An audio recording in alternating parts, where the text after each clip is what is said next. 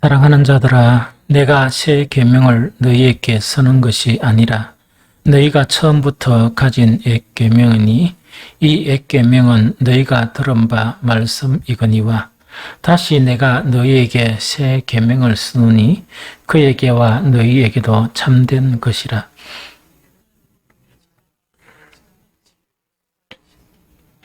빛 가운데 있다 하면서 그 형제를 미워하는 자는 지금까지 어둠에 있는 자요.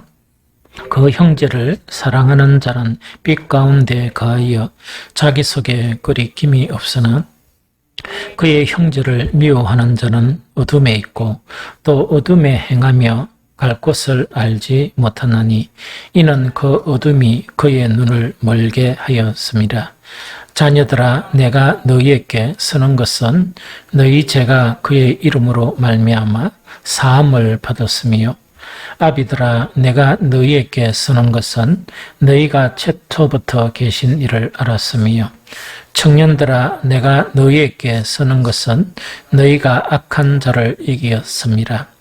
아비들아, 내가 너희에게 쓴 것은 너희가 아버지를 알았으며, 아비들아, 내가 너희에게 쓴 것은 너희가 태초부터 계신 이를 알았으며, 청년들아, 내가 너희에게 쓴 것은 너희가 강하고 하나님의 말씀이 너희 안에 거하시며 너희가 흉악한 자를 이겼습니다. 이 세상이나 세상에 있는 것들을 사랑하지 말라. 사랑하면 아버지의 사랑이 그 안에 있지 아니하니 이는 세상에 있는 모든 것이 육신의 정욕과 안목의 정욕과 이생의 자랑이니 다 아버지께로부터 온 것이 아니요 세상으로부터 온 것이라. 이 세상도 그 정욕도 지나가되 오직 하나님의 뜻을 행하는 자는 영원히 거하느니라. 아멘. 오늘 요한일서 그 2장 7절에서 읽었던 17절까지는 요한일서 전체의 그런 주제와도 같아요. 그래서 이제 그게 뭔가니까 그 새 계명에 대한 거예요. 그래서 이제 새 계명에 대한 건데, 그럼 이 새 계명이란 게 무엇이냐? 이거부터 이제 뭐 다 알지만 그래도 정립하는 것이 중요하거든. 새 계명이라는 것은 그 요한복음 13장 34절 35절 말씀이에요. 새 계명을 너희에게 주노니 서로 사랑하라. 내가 너희를 사랑한 것 같이 너희도 서로 사랑하라. 너희가 서로 사랑하면 이로써 모든 사람이 너희가 내 제자인 줄 알리라.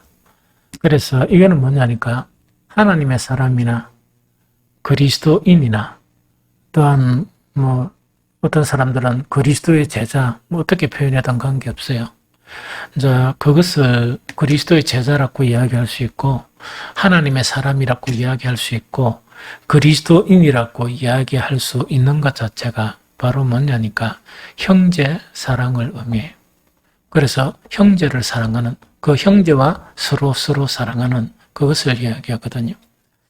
새 계명에서 형제 사랑이란 인류 전체에 대한 사랑은 넓게는 그렇게 볼 수 있지만 실제적으로는 아닌 경우가 많습니다. 왜냐니까 사람들이 있으면 악의 세력에 완전히 붙잡힌 사람들이 있고, 우리는 이 하나님에 의해서 붙잡힌 하나님의 백성들이잖아요. 그런데 사탄의 그런 일꾼들을 하나님의 아들이 사랑할 수 없습니다. 그 사랑이 안 되거든요.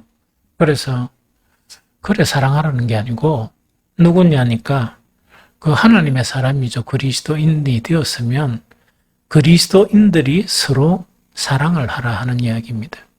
그 다음에 전 인류에 대해서는 아까 사랑의 방법일 수도 있다는 것은 복음적인 의미에서 사랑이요.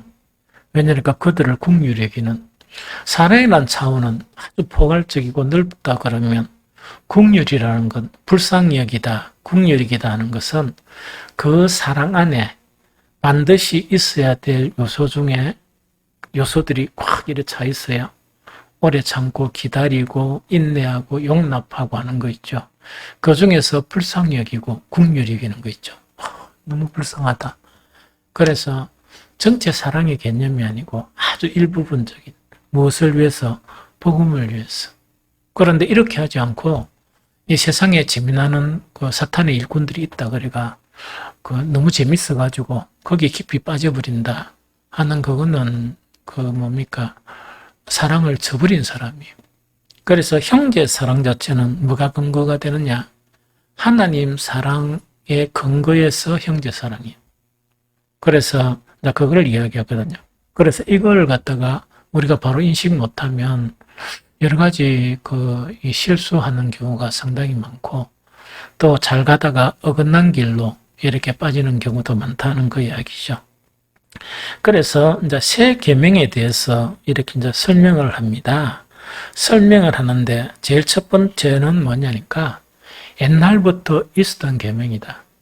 이것이 갑자기 생긴 게 아니고 옛날부터 있었던 계명, 그 옛날이라는 거 구약부터 이미 있었던 계명이다 하는 그걸 이야기합니다. 그래서 읽었던 요한일서 2장 7절 8절에 보니까 사랑하는 자들아 내가 새 계명을 너희에게 쓰는 것이 아니라 너희가 처음부터 가진 옛 계명이니 이 옛 계명은 너희가 들은 바 말씀이거니와 다시 내가 너희에게 새 계명을 쓰노니 그에게와 너희에게도 참된 것이라. 이는 어둠이 지나고 참빛이 벌써 비침이니라. 좀 모순된 거죠. 새 계명이 아니고 옛부터 있었다 해놓고 내가 다시 새 계명이라는 것은 예수님께서 말씀하시면서 내가 새 계명을 너에게 준다 하는 그 근거. 그러나 이 새 계명은 갑자기 생긴 것이 아니고 옛날부터 있었다는 그거를 이야기하죠. 그래서 이거는 이제 가장 이 옛날 뭡니까 율법의 핵심 자체가 십계명이라 그러면 십계명 자체 1, 4계명이 하나님에 대한 사랑. 그 다음에 5계명부터 10계명이 이제 사람에 대한 사랑, 즉 형제에 대한 사랑이거든요. 또 그것뿐만 아니고 이것을 해석한 신명기에도 보면 정말 하나님을 뜨겁게 사랑해야 되고 그와 같이 형제를 사랑해야 된다. 이것이 옛날부터 있었던 것이다 하는 그거를 이야기합니다. 그러고 이제 뭐냐니까 빛 가운데 있다 하면서 그 형제를 미워하는 자는 아직 어둠 가운데 있는 것이다. 이걸 지금 이야기해요. 요한일서 2장 9절에 딱 보니까 그 9절 보니까 빛 가운데 있다 하면서 그 형제를 미워하는 자는 지금까지 어둠에 있는 자요 하는 그걸 이야기하죠. 그래서 이거는 이제 뭔 이야기하니까 이 하나님의 구원이 시작이 되면서 구약에도 이런 현상들이 있었고 그 다음에 이제 복음이 전거되면서 뭐냐니까 거짓 선생들 속에서도 있었고 또 그 이스라엘 백성 속에서도 있었고 또 오늘날은 뭐냐니까 교회 안에도 이렇게 있을 수 있다는 그 이야기죠. 그러면 뭘 이야기하는 거니까 많은 사람들이 이제 오늘날을 이야기하면 교회를 다니면 다 어떻게 생각하는 거니까 나는 빛 가운데 있다. 이제 그렇게 스스로 이제 그렇게 굳게 믿고 있고 그렇게 이제 생각을 한다는 거죠. 구약에도 마찬가지입니다. 모두 다 빛 가운데 있고 저 사람들은 전부 다 어둠 가운데 있는 어둠의 자식들 이런 생각을 한 거예요. 그런데 이제 복음이 출발이 되면서 모든 이제 거짓 선생들 있죠. 특히 이제 가장 초기 교회에 영향을 미쳤던 영지주의뿐만 아니고 그런 모든 사람들이 자기들은 빛 가운데 있다 이걸 주장한다는 거예요. 그래서 요한 공동체도 영지주의 사상 자체가 상당히 괴롭혔다 그랬죠. 괴롭혔는데 뭘 주장하는가? 우리는 확실하다. 왜 확실한가? 우리는 반드시 어디에 있다? 빛 가운데 있다. 그거를 지금 주장하는 거예요. 그래서 이거는 뭐냐니까 온데서 그래 주장을 합니다. 왜냐니까 빛 가운데 있고 싶지 어둠 가운데 있고 싶습니까? 아니잖아요.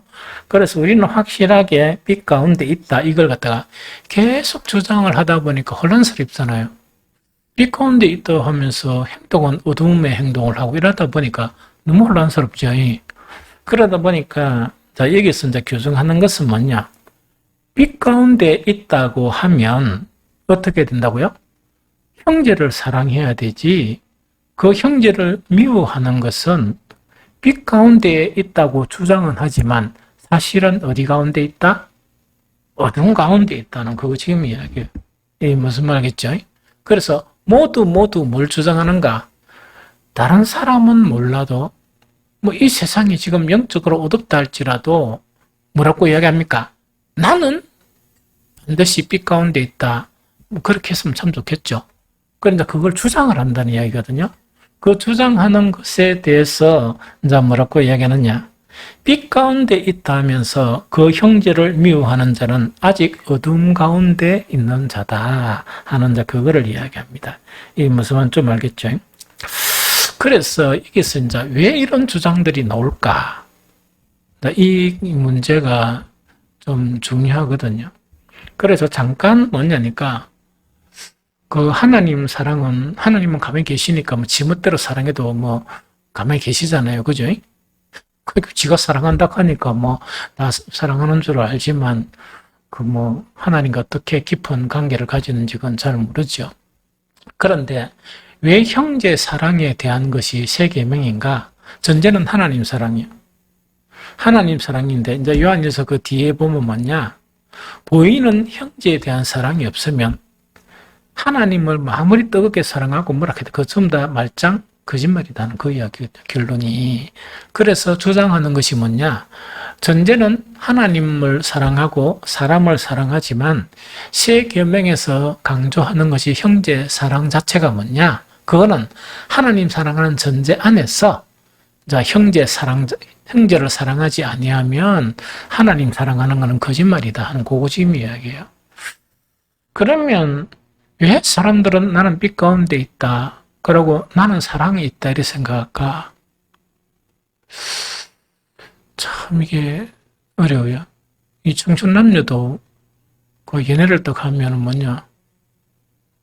하나는 뜨겁게 사랑한다 하는데 하나는 사랑이 없는 거야. 그거 참 난해하죠. 내가 이렇게 사랑하는데 왜 사랑이 없냐?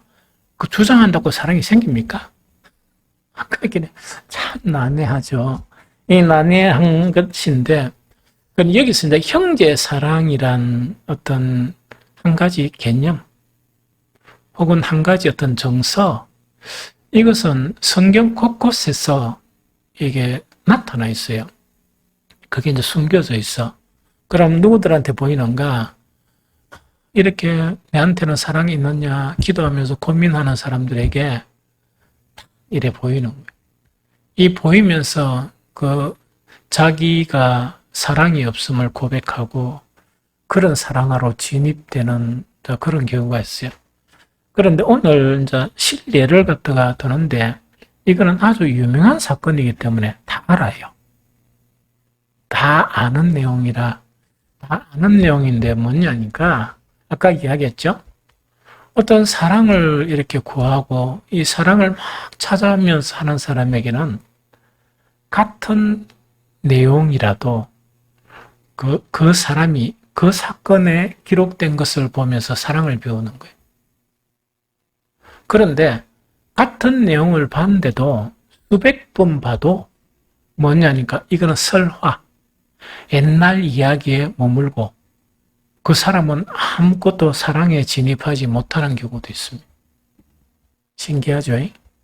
그런데 아마 경우의 수는 이런 것 같아. 10명 읽으면 제가 느끼기에는 한 명 정도는 교훈으로 오는 것 같아. 그러면서 사랑을 배워가고 또 배워가고 성경에 숨겨진 그런 이야기들을 통해서 그게 이제 뭐냐니까 하나님은 왜 성경 속에 숨겨주고 또 왜 그렇게 하는가 하니까 그 믿음이 진실인가 확인을 하고 또 우리가 늘 세상 가운데 살면서 얼만큼 하나님을 열심히 찾는가 하는 그걸 통해 가지고 착 보여주고 이래요. 그렇게 안 하고 실컷 세상에 있다가 심심해가 한 번씩 성경 보고 막이 시컷 세상 일하다가 지어봐가 한번 이래 설교 듣고 이런 사람에게 주면 그거는 안 되겠죠. 그런 사람일까지 구원의 능력이 나타나 버리면 하나님의 구원이 억수로 우스운 것고 가치 없고 값없는 구원이 되죠. 그래서 내가 보니까 그 믿음이 참 진실한 거냐 거짓이 아니고 진실한 만큼 계속 주님을 찾느냐 하는데 그것에 통해서 척 보여주고 이런 것 같아요. 새 느낌이 그런 느낌이 강하게 들어요. 그래서 이제 여기 이제 그 형제 사랑의 실제가 그 누군가니까 그 이제 시대는 사사기 시대예요. 사사기 시대가 일단 이 가나안 땅을 차지하고 바로 이제 사사 시대가 들었습니다. 문제는 뭔가니까 그 애굽에 이 종살이하는 신분들이 있죠. 이 신분들이 막 하나님께 구하니까 하나님의 놀라운 자비와 긍휼과 사랑이 그들을 구출해냈어요. 그러면서 이 광야에 그러니까 그 사람들 속에 뭐가 있었겠어요? 무려 수백 년 동안 종살이했는데 그러다 보니까 그 하나님에 대한 여러 가지 그것 때문에 이 광야길에 들어서게 되거든요. 그래 광야길에 들어서면서 하나님께서 약속하신 대로 정말 이 젖과 꿀이 흐르는 땅인 가나안을 차지하게 만듭니다. 그러면서 모세가 이제 탁 이렇게 앞으로 너희가 정말 이 땅을 차지한다. 하나님이 차지하게 할 것이다. 그러면서 딴 거는 다 잊어버리도 이건 잊어버리면 안 된다. 즉 그 민족과 혼합하지 말고 하나님 주신 그 말씀대로만 살아가라. 이걸 계속 당부해요. 심지어 뭐냐니까 상징적으로 보여주면서 이거는 망하는 길이고 이거는 흥하는 길이다. 흥하는 길은 하나님의 말씀대로 사는 거고 망하는 길은 하나님의 말씀을 저버리는 것이다. 계속 강조해요. 그런데 전쟁할 동안은 전쟁한다고 이렇게 못하다가 땅을 탁 차지하니까 삽시간에 바뀌어버리는 거예요. 이게 무슨 말이에요? 그래서 사사들에 의해서 하나님께 사사들을 세우셔가지고 그러되니까 엉망진창이겠죠.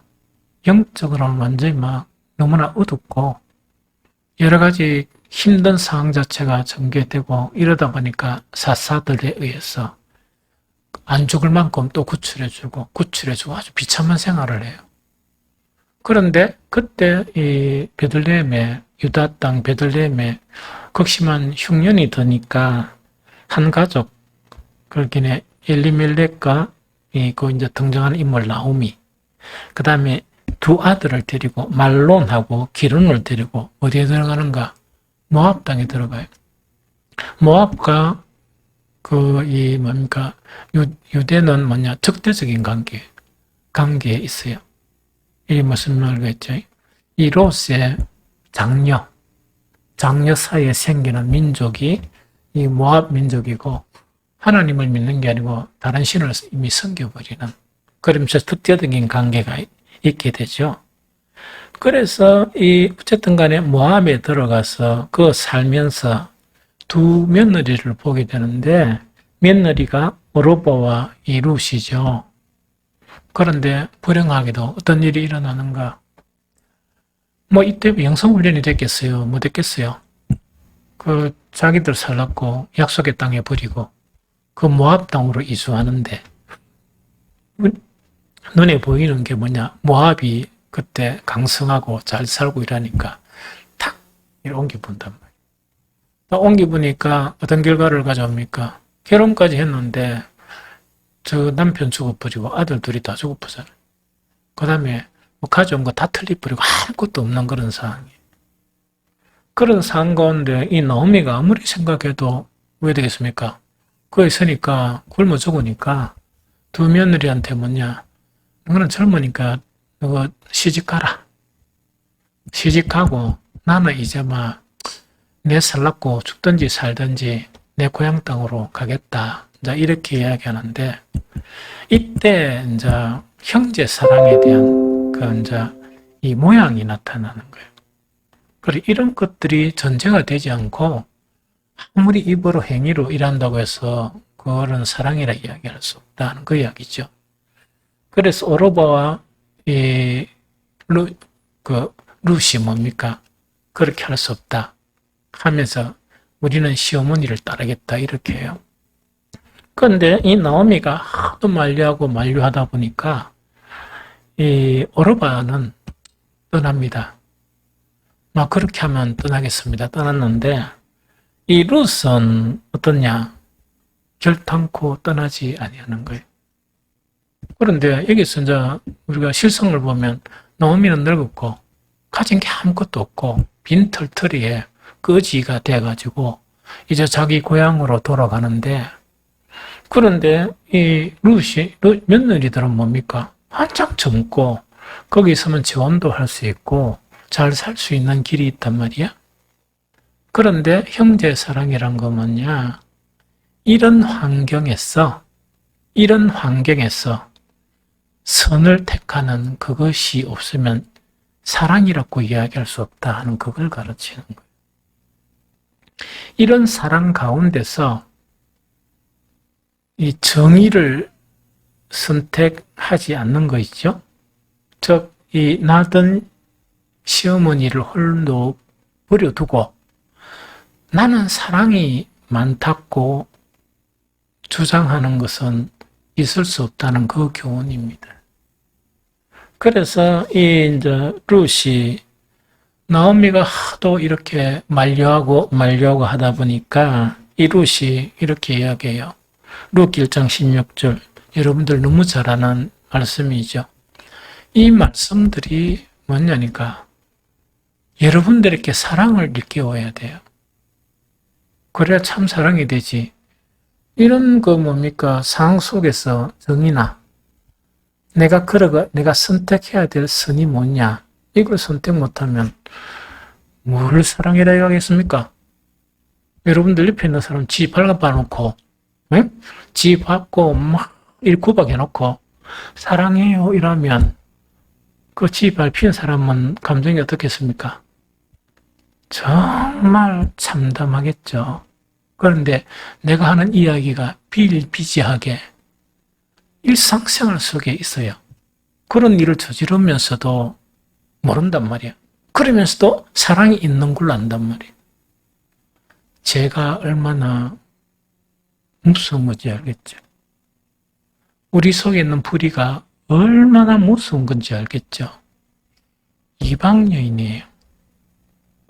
이 이방 여인인 나는 오르바도 꽤 괜찮다 생각이 들어요. 왜냐니까 그래도 양심상 이 의리를 지키려고 떠나지 않겠다 한 사람이 오르바고 하도 가라 그러니까 그럼 가겠다 떠나버렸단 말이에요. 그런데 이 룻은 뭐냐니까 이렇게 만류하니까 그 반응이 룻이 이르되 내게 어머니를 떠나며 어머니를 따르지 말고 돌아가라 강건하지 마옵소서. 어머니께서 가시는 곳에 나도 가고 어머니께서 머무시는 곳에서 나도 머물겠나이다. 어머니의 백성이 나의 백성이 되고 어머니의 하나님이 나의 하나님이 되시리니 하는 이 고백을 남겨요. 그런데 여기서 우리가 막 이렇게 감동받는 거는 어머니의 하나님이 나의 하나님이 되고 막 여기 막 감동받으려고 하죠. 그 바닥 없어요. 왜냐니까 가장 악하고 어두운 시대에서 그 하나님의 약속을 기다리지 못하고 이방 땅으로 도피한 사람들에게 하나님에 대한 그 신앙이 어느 정도 처참했겠느냐는 이야기거든. 무슨 말인지 좀 알겠죠? 그런데 이 룻이 하는 이야기는 뭐냐? 어머니 하나님 자체가 그 신앙이 이 강한 사람은 그 영광을 많이 보여주겠죠? 그렇다 손치더라도 그건 그렇지만은 뭐가 중요하다고? 이 어머니를 떠나지 않는 것은 인간의 도리입니다. 하는 것이 중심이에요. 무슨 말겠죠? 그래서 형제의 사랑 자체는 이것은 한 사건 안에 있는 내용입니다. 그런데 사랑은요, 그 한 사건 안에 사랑으로 반응하면 모든 것에 다 사랑으로 반응해요. 한 사건 안에 사랑으로 반응하지 못하는 것은 모든 일에 입으로는 사랑이라 해도 사랑이 아니에요. 그래서 이것이 사랑이라고 말할 수 있는 뭐라고 이야기했나? 한 그림, 한 개념, 한 인격, 형성된 인격, 이것이 돼야 사랑이지, 이것 없이 안에 더러운 것만 가득 차 있는데 그게 무슨 사랑이요? 그건 전부 다 거짓말이고 가짜지. 그래서 요거를 좀 이야기한다는 이야기입니다. 결국 룻은 하나님으로부터 놀라운 보상을 받습니다. 저그 시어머니를 위해서 이방 땅에서 얼마나 참일에 저그 땅에 살면 그래도 살면 되는데 이삭을 주면서 자기 시어머니 복양을 해요.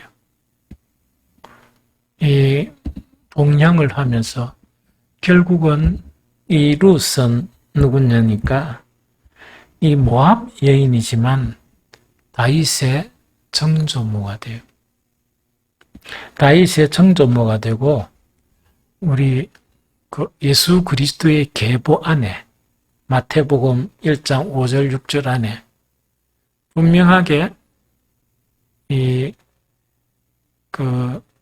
룻을 통해서 보아스는 해가지고 누구의 이름이 명시되어 있느냐? 이 여인의 이름이 명시되어 있습니다. 그래서 함부로 사랑을 이야기하지 말고 이런 덕성과 인격과 최소한 어떤 의리나 그것을 갖추고 사랑을 이야기해야 된다 하는 그거를 이야기합니다. 그래서 쉬운 건 아니다는 이야기다. 그래서 이제 빛 가운데 있다고 막 떠들고 이러죠. 그런데 사도 요한이 뭐냐? 빛 가운데 있다고 하면서 그 형제를 사랑하지 않는 것은 빛 가운데 있는 것이 아니다 하면 바로 반론하겠죠. 우리가 왜 사랑을 안 합니까? 이러겠죠. 그런데 그거 자체를 사랑이라고 이야기할 수 있는 게 이런 정서 자체가 형성된 것을 말한다 하는 이야기거든요. 좀 이해가 되죠? 그래서 이 세 계명, 형제 사랑에 대한 계명은 바로 이런 내용이다 하는 이야기입니다. 그러면서 계속해서 이제 뭐냐? 우리는 빛에 관두고 막 떠들고, 우리는 참 믿음이라 떠들고, 우리가 주를 위해서 얼마만큼 많은 일을 했는데 막 주장하고 이러죠. 그런데 이제 형제 사랑이 아니니까 너는 빛이 아니고 어디에 간다? 어둠에 간다는 이야기죠. 그럼 어둠에 가면 증거가 나타나는데 이런 증거가 나타난다 하는 그거를 이제 구체적으로 이야기하고 있습니다. 제일 첫 번째는 10절에 보니까 그의 형제를 사랑하는 자는 빛 가운데 가하여 자기 속에 무엇이 없다? 무엇이 없다고요? 그리낌이 없다 이래 돼 있죠. 그런데 그리낌이 있으면 빛 가운데 가합니까? 어둠 가운데 가합니까? 어둠 가운데 가한다는 그 이야기겠죠. 그래서 이 그리낌이라는 것은 스칸달론이란 헬라어예요. 이 스칸달론이란 헬라어인데 원래 이제 이 그리낌이라고 이렇게 번역하지 말고 이제 바로 번역을 하면 뭐냐니까 뜻, 올무, 요 이야기예요. 덫과 올무가 있다 하는 그거를 이야기합니다. 그러면 이제 바로 번역하면 뭡니까? 어둠에 있는 사람은 그 안에 덫이 있고 올무가 탁 있어가 지도 그 덫에 넘어지가 자빠지고 다른 사람들도 그 덫과 올무에 넘어 자빠지게 한다는 그 이야기입니다. 이게 무슨 말 알겠죠? 그러나 빛 가운데 있는 사람들은 그 내면 속에 뭐가 없다? 이런 올무나 덫이 없는 사람이다 하는 그거를 이야기해요. 그러면은 왜 이것을 그리김이라고 번역을 했을까? 덫이나 올무 하면서 직역으로 번역을 안 하고 이게 이제 덫이나 올무가 뭐 하는 거니까 복음에서 벗어나게 하는 여러 가지 요인들이 있죠. 덫과 같은 요인들이 있죠. 그것이 마음에 다 열어있다는 이야기. 이 말씀은 좀 알겠습니까? 그러다 보니까 어떻게 되는 거니까 나는 빛 가운데 있고 나는 하나님 너무 사랑하고 정말 나는 참 그리스도인이고 이러는데 어떤 상황이 전개되고 어떤 사건이 일어나고 이러죠. 자기 속에서 그 덫이 딱 있어가 지가 거기에 탁 걸려버린.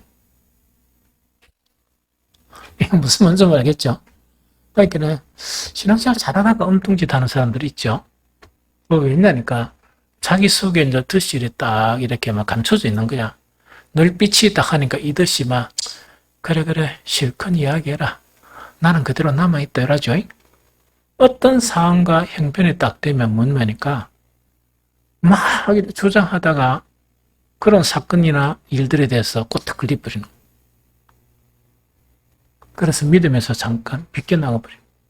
그것뿐만 아니고 자기만 그러면 좀 괜찮은데 다른 사람도 그렇게 만들어버리는 거예요. 그게 어둠이 있는 사람들. 그래서 어둠에 있는 사람들은 항상 그 내면 속에 복음에서 벗어나는 진리에서 벗어나는 나게 하는 어떤 요인의 덫이 딱 이렇게 숨겨져 있는 거예요.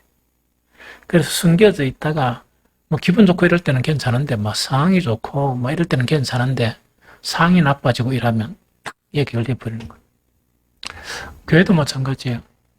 우리 교회는 참 감사한 게 인원도 없고 뭐 이러다 보니까 또 그렇게 하면 또 목사가 또 가만히 안 있으니까 있다 보니까 저건 이게 그런 게 별로 없어. 별로 없는데 그 교회들이 그런 사람들이 같이 막 할렐루야 감사합니다 아멘 뭐 이래서 하다가 막 교일만 생기면 이 숨겨져 있는 덫들이 막 우글우글 나타나가지고 애가 집부터 먼저 넘어지고 그 다음에 같이 넘어질 자를 찾아가 이렇게 그런 일들이 있는 거예요. 그런데 원래 빛에 있었다 그러면 그런 덫이 없거든요. 올무가 없어가 올바른 방법으로 이해하고 해석하고 기도하고 막 이래 하거든. 이 무슨 말인지 알겠습니까? 그래서 이거는 참 이래 잘 명심을 해야 된다. 두 번째 뭐냐? 어둠에 있는 사람들은 갈 곳을 알지 못한다.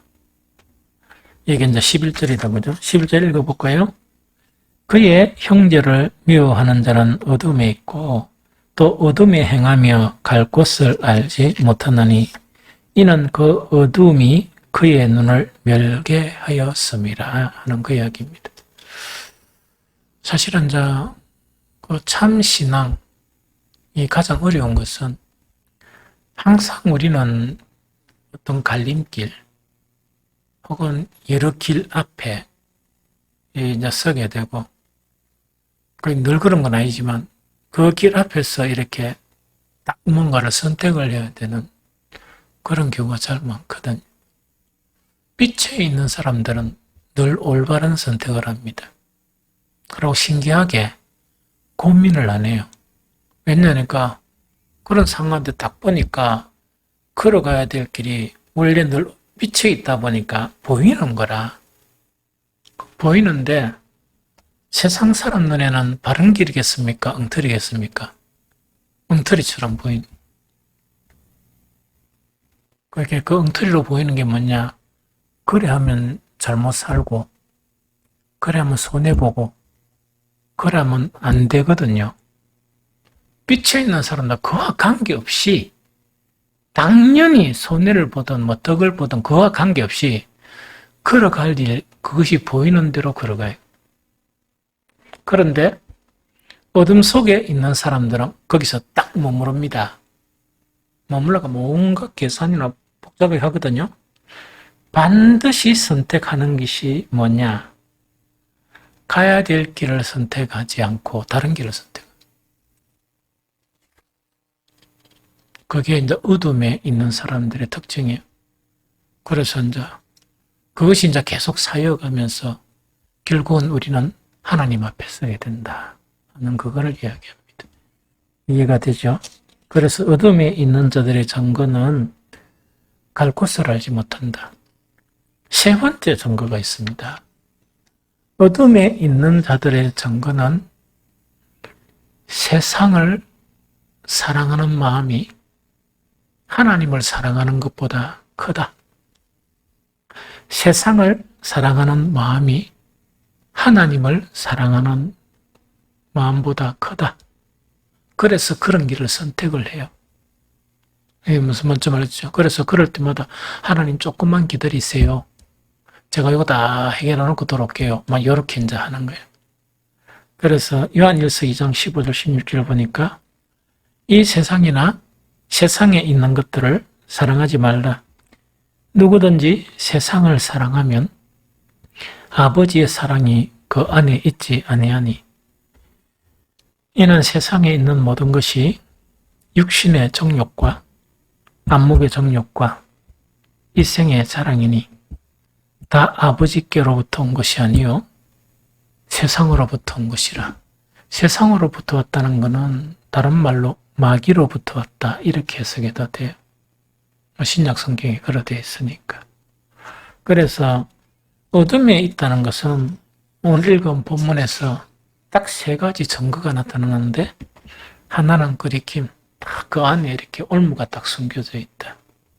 그래서 그냥만 이렇게 뭐 대충 문제 없을 때는 괜찮은데 좀 문제가 생기면 샥 들어가가지고 그게 자기도 걸리고 다른 사람도 걸리버린. 그 다음에 갈 곳을 알지 못한다. 왜?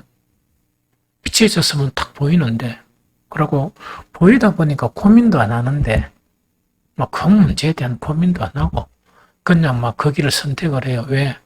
당연히 걸어가야 되고 모든 믿음으로 승리한 사람들이 거기를 다 걸어갔으니까 뭐 당연히 걸어가죠.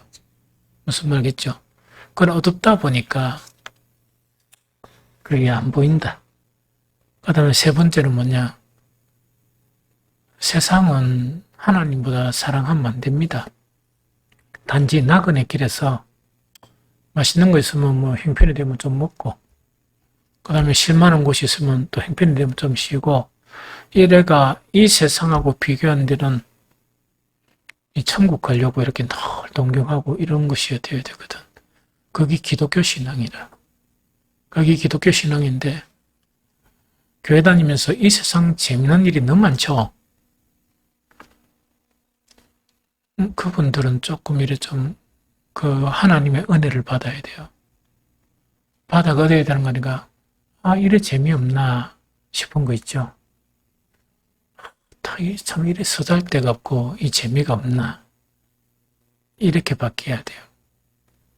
그런데 조금 욕심을 부리자면 기도를 딱 하면 기도 안에서 노는 기쁨 이것들 좀 알고 주님 안에가 또 말씀 안에나 혹은 주님과 교제하는 거다.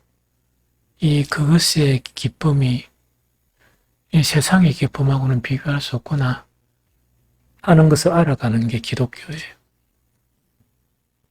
그 다음에 마지막 어둠이 가하지 않기 위해서 한 세 가지를 이야기합니다. 첫 번째, 예수의 이름으로 제3을 받은 것을 알아야 돼요. 예수의 이름으로 제3을 받은 것을 알면은 다시 죄짓겠습니까? 죄 안 짓겠습니까? 죄 안 짓겠죠. 그래서 어둠하고 멀어져요. 그런데 교회 다니는 사람들 중에 꽤 많은 분들이 이 내용을 모르는 거라. 그래서 뭐냐니까 죄 짓는 것을 식은 죽 먹기 짓는 사람이 너무 많아요. 그리고 양심도 없고 그 참 걱정스러워요. 천국 가기가 상당히 좀 어려울 것 같다. 그런 생각이 들어요. 그게 안 바뀌면. 두 번째, 하나님과 예수 그리스도를 아는 거. 13절, 14절입니다. 집에 와서 읽어보시면 되겠어요. 하나님과 예수 그리스도를 아는 거 있죠. 이것이 대단히 중요하다. 그 다음 세 번째, 그리스도 안에서 악한 자를 이길 수 있다 혹은 이겼다는 확신. 이게 중요해요. 이게 무슨 말인지 좀 알겠죠? 그런데 악한 자 자체는 두 가지 형태겠죠. 하나는 사탄도 될 수 있고 이 사탄의 쓰임을 받은 자들도 될 수 있죠. 그러면 사실은 찬욱이는 이기겠나? 그럼 왜 이렇게 이야기했을까?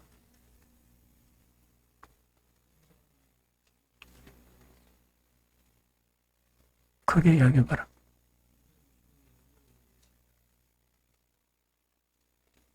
주님 천국에 계신데. 그 이야기할게요. 그리스도인들은 내 아내가 알아. 이거는 뭐냐니까 철칙이에요. 그러니까 항상 신앙은 소속이 바뀌는 거라 그랬지. 이 세상 소속에서 어디에 소속으로? 하나님의 소속으로 바뀌어. 그래서 이제 성경에서 가장 가르침의 핵심이 뭐냐? 이 세상에 살던 것에서 이제는 주님 안에서 살아야 된다는 이야기입니다. 주님 안에 살면 주님은 악한 자를 이기셨습니까? 안 이기셨습니까? 이겼지. 그래서 내가 주님 안에만 있기만 하면 악한 자를 이미 이겨버렸단 말이에요. 왜? 주님이 이겼으니까 우리는 그 주님 안에 있으니까 자동적으로 이기게 되는 것이지. 그 이야기입니다. 자, 다시 이야기합니다. 그래서 내가 그리스도 안에서 악한 자를 이길 수 있다는 그런 확신, 또 이긴다는 확신인데 그 13절, 14절입니다. 사실은. 아비들아, 내가 너희에게 서는 것은 너희가 태초부터 계신 이를 알았으며 청년들아 내가 너희에게 서는 것은 너희가 악한 자를 이겼음이니라. 아이들아 내가 너희에게 선 것은 너희가 아버지를 알았으며 아비들아 내가 너희에게 선 것은 너희가 태초부터 계신 이를 알았으며 청년들아 내가 너희에게 선 것은 너희가 강하고 하나님의 말씀이 너희 안에 거하시며 너희가 흉악한 자를 이겼음이니라. 다 이겼다 되어 있죠. 이미. 그거는 뭐냐니까 우리는 안 돼. 그러나 우리가 어디에 소속이냐에 따라서 이길 수도 있고 질 수도 있어요. 우리가 세상 소속이면 당연히 이길 수가 없지. 그런데 우리가 세상에서 믿음으로 말미암아 주님 안에 가죠. 주님이 이기셨으니까 우리도 당연히 이기는 것이다. 이해가 되지? 그래서 주님 안에 거한다는 것은 다른 말로 뭐라고? 말씀이 우리를 지배하는 거. 내가 말씀 안에 거하는 거. 그러면 이미 승리가 우리를 이겼단 말이에요. 그래서 아까 이야기했잖아. 빛에 있는 사람은 갈 길이 탁 보입니다. 이미. 왜? 이미 승리가 되었던 거예요. 그러나 이 주님 안에 한 거고 말만 오 주여 이래가 세상을 사랑하고 세상 안에 있죠. 그러니까 100번 해봐야 100번 지고 100번 막 이렇게 머리를 사매고 결정해도 100번 헛길로 간다. 좀 요거 알겠습니까? 그래서 다시 정리하면 뭐냐? 세 계명은 이 세상의 전체를 사랑하라는 이야기 아니고 그건 복음적인 사랑이라 이야기하면 우리 서로를 사랑하는 것이다. 그 사랑은 하나님 사랑에 하나님 사랑하고 연관된 사랑을 이야기한다. 형제 사랑이란 것은 감정적인 표현이 아닙니다. 남자 여자 연애할 때 뭐 사랑합니다. 그거 아무 관계 없습니다. 그 백날 쉬우려면 뭐해? 사랑 안 하는데. 조금만 뭐 성질내고 막 이래가 싸우고 사랑한다 막 이러고 아침에 나오고 저녁에 사랑하나 안 하나 이러고 많다 해놨는데 어떤 일 있으면 막 싸우고 난리치기고 이런 그걸 이야기하는 거고 사랑에 대한 정서, 사랑에 대한 마음, 사랑에 대한 기본의, 또 사랑에 대한 책임, 이 자체가 형성이 돼 있는 것에서 사랑. 즉, 그 루시 정말 아무것도 남지 않는 이 시어머니인 남편도 없는 그 시어머니가 가장 최악의 상황이 되었을 때 나는 어머니를 떠날 수 없다 하는 그것이 정서야, 정서. 그러면 이것은 뭐냐? 다른 일 속에서도 그런 정서가 또 감동적인 이야기를 나타내요. 그러니까 하나님께서 뭐냐? 참 놀랍게 쓰시는 것을 우리가 볼 수가 있죠.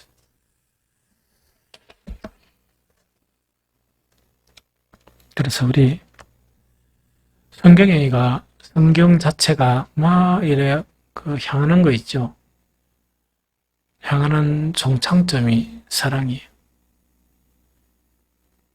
그리고 사랑 안에는 숱한 것들이 포함되어 있다. 인내, 용서, 자비, 기다림, 긍휼, 온갖 것 자체가 오래 참음 다 포함되어 있다. 그 다음에 자기 헌신. 자기 헌신이라는 건 책임을 다하기 위해서 아무것도 없는 시어머니를 위해서 같이 동행하는 그런 요소가 있어야 사랑을 이야기하는 것이. 그것 없이 말만 사랑하는 것은 아니고 그건 어둠일 수 있다 하는 그걸 이야기합니다.